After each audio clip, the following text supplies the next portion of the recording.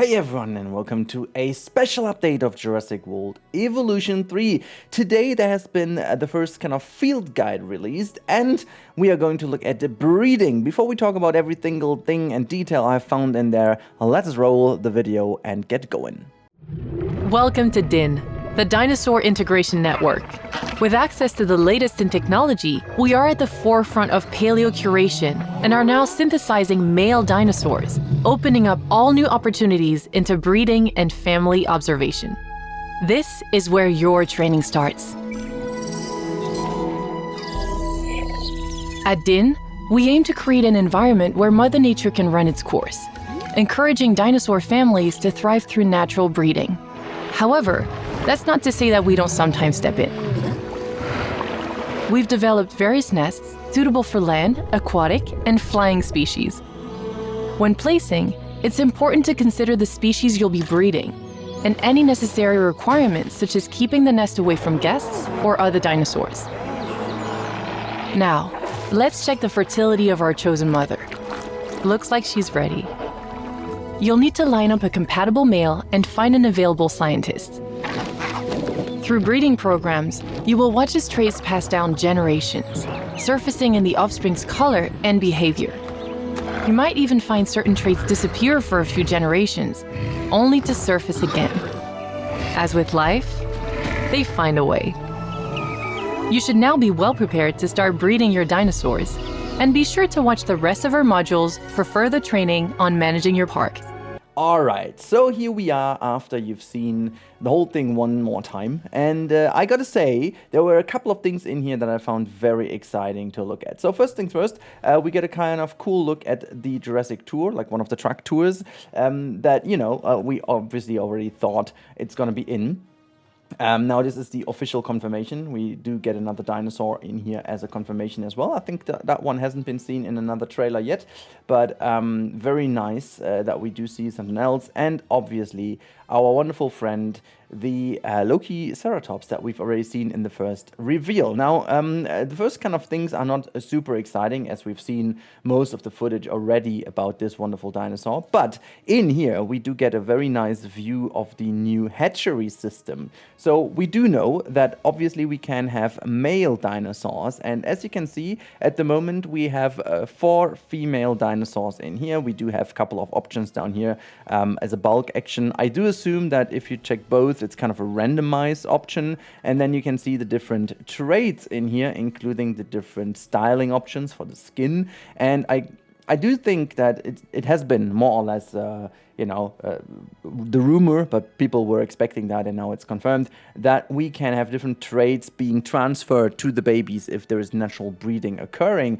And also, these traits can reoccur after several generations, which is pretty interesting indeed. But this is also nice that you do have a very good overview of the different treats you have. I remember in the past you always had to go into the menu and see which kind of different things you've selected, but now it is a lot more easy to see. And if you switch over to the male, and this is specifically interesting, you can see that also the model changes rather significantly, I must say. You know, potentially eagle-eyed people have already done this with other videos, but in here you can tell that a lot of the things, especially around the head portion of our dinosaur, changes. So first of all, the size is increasing a little bit, but not only of the dinosaurs' like proportions, it's also the head overall, with the crest is getting bigger. You can see the horns are swung a little bit more upside, they're a bit more pointy, a bit more like that. And the same goes to these 2 horns here on the top. They are a little less rotated, if you will. So just going back one more time, you can see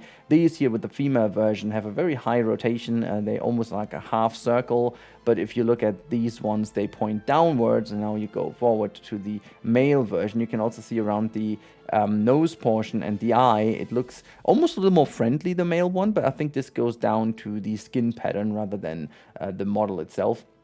But you can tell this is another very interesting difference over here. So I find this very interesting that they have such a big difference, I would figure, between male and female, which I did not expect that much, but it's very, very nice to see.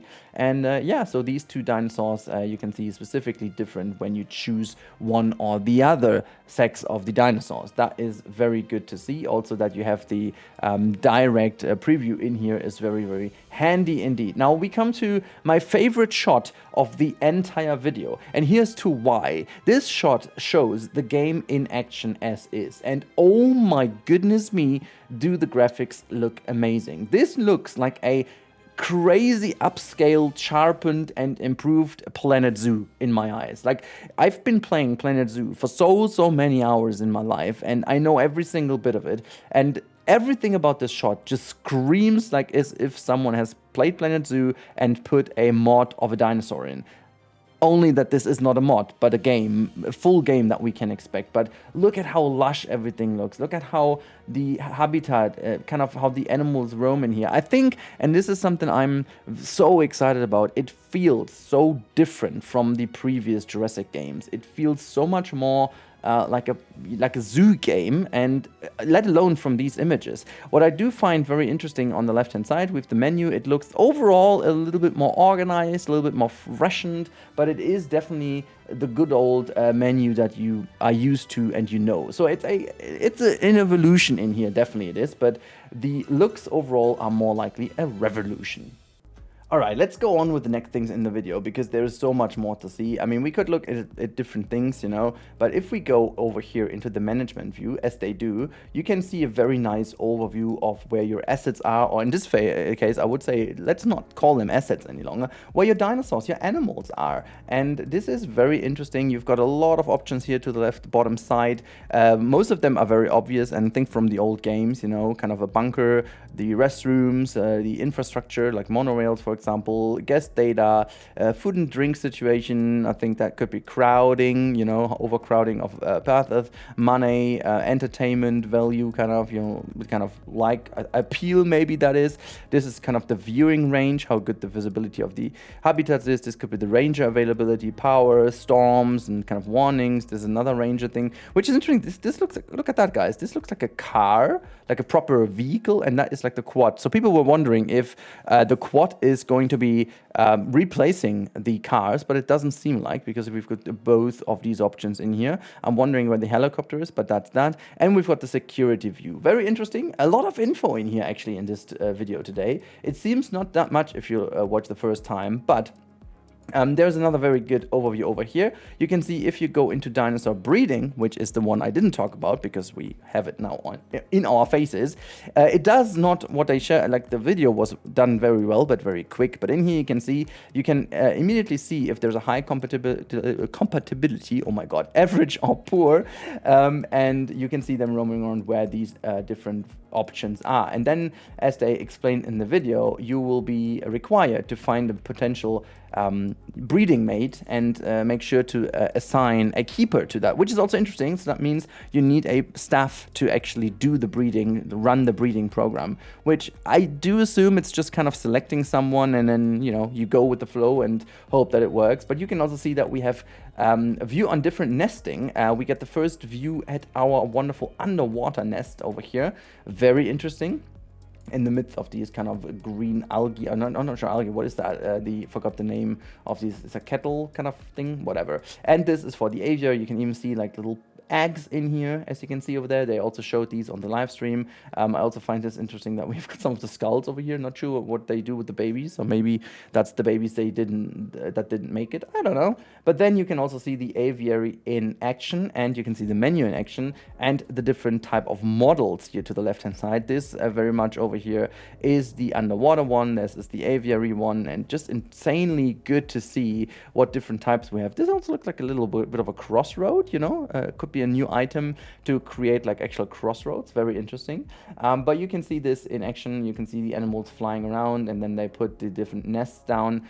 This also seems like, which is interesting, but this one is for the oh my god, Tropignosus. Oh my god, I have no idea how to pronounce that one, but that's definitely the new animal I meant. We see in here another confirmed one. What I find interesting is that if this looks like they did grab one of the aviary nests, but the nest, I think that might just be an issue over here, but this nest over here looks not like the aviary one, that looks like the ground one. So I was thinking maybe you can now, without a trick, have also ground-dwelling dinosaurs in the aviaries naturally, but I don't know. Also, you can see in the background the animals are now having a green outline, just as previously, so they show which type of animals can go along with that. Very interesting to see, very nice. And this shot over here for me personally is another very exciting one, because it shows that the guests have been rather improved, I should say. You know, they are not a massive overhaul, but they feel a little bit more natural, not as lifeless and dead as they used to be before. You know, they turn around, they look, they smile a little bit. You know, there's a bit of animation going on. You could see that in a earlier shot as well. I do find this very important. I think that was one of the bigger weak points of the game, and now with more focus on the zoo building aspect of the game rather than the storytelling aspect of the previous movies and so on, the focus on guests is a lot more important. I mean, with the inclusion of petting zoo areas, it must be the case anyways, but look also how great the water looks. Damn, that is just so freaking good. Also, here in the aviary, having that little pond where the fishies are, and then over here the Tropionosaurus, whatever, Nathos. Oh my god, let's try that one time correctly. Hold on. Tropinosus? Something like that? I don't know. But you can also see the different fertility rates. Could they just have chosen an easier animal for me in the first video? Damn you, Frontier. But this is in here, and you can see the different fertility rate over time, which is interesting. So you also need to wait for a certain age to occur where they are more fertile than in other parts of their life. Very interesting. So that also needs monitoring. You need to see when that is happening. And you can see there is a good location available for them. Once you are settled with that, you do select the different animals, as you can see, a female and a male version, and then you can start the program, which is going to assign a scientist. And that is how you do that. You're going to select one, and once they're happy, the babies fly out over here. Out of the little eggs, they come and into your parks. You can see them flying by their parents, you know, and as they said, the different types of skin color and so on will potentially be given to the babies, and also the traits, the different traits of the animals too. Sometimes they will change over times, over generations, but they can reoccur after each generation, and that is very interesting. Also, very much love the baby version of that one. Gives me kind of a bit of a baby version of like an eagle or so. Like, they did a very good job of captivating this kind of baby bird look with those. Really do like that, even though they are not technically in the bird kind of dinosaur region, but reptiles. But hey, that's a different story. I do still like the idea how they did this. Very nice model indeed. Very, very nice model, I gotta say.